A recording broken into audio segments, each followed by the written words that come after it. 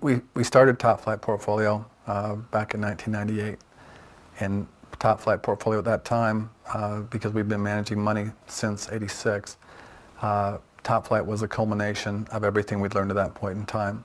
We kind of took the best out of all of our different models and systems and use that in building our Top Flight models. And so it's basically the best of the best. It represents our best research.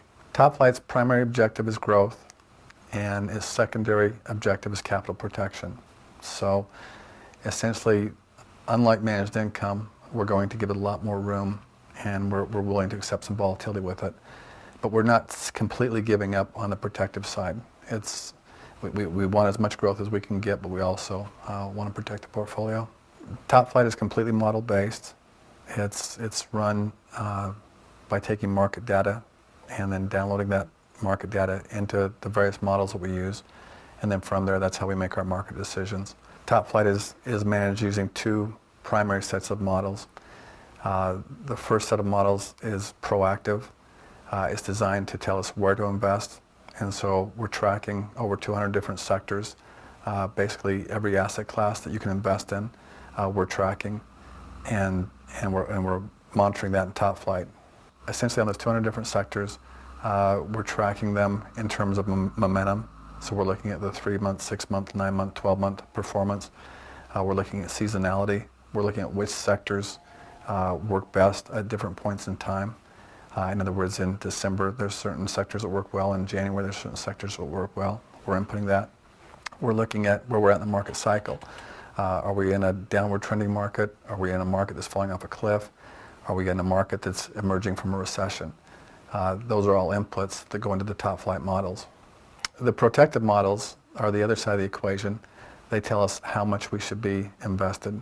So should we be invested 100% or 80% or 60%?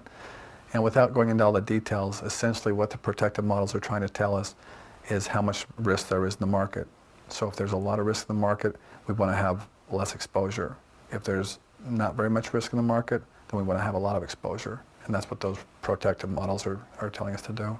Over the years, we've used different instruments in Top Flight, but when the exchange traded funds or ETFs came out a few years ago, we switched over entirely to those. ETFs offer all kinds of advantages, and we find them to be an excellent trading vehicle for us. They're completely transparent. We can see exactly what's in them. We can trade them intraday as opposed to end of day with mutual funds. They're more tax efficient. In my mind, they're just a next generation mutual fund, and they're a lot more effective than traditional mutual funds. So has Top Flight's strategy worked? Well, I think the numbers speak for themselves. Just to give you a snapshot in time, from January of 1998 until November of 2009, Top Flight's up 348% versus the S&P 500 during that same period of time, which is up 39%. That's just one sample to give you. And if you want to get updated numbers, we update those regularly, monthly on our website, and we invite you to go there and check those out. But essentially, and also past performance is no guarantee of future results. But once again, go to our website and check it out and come to your own conclusions.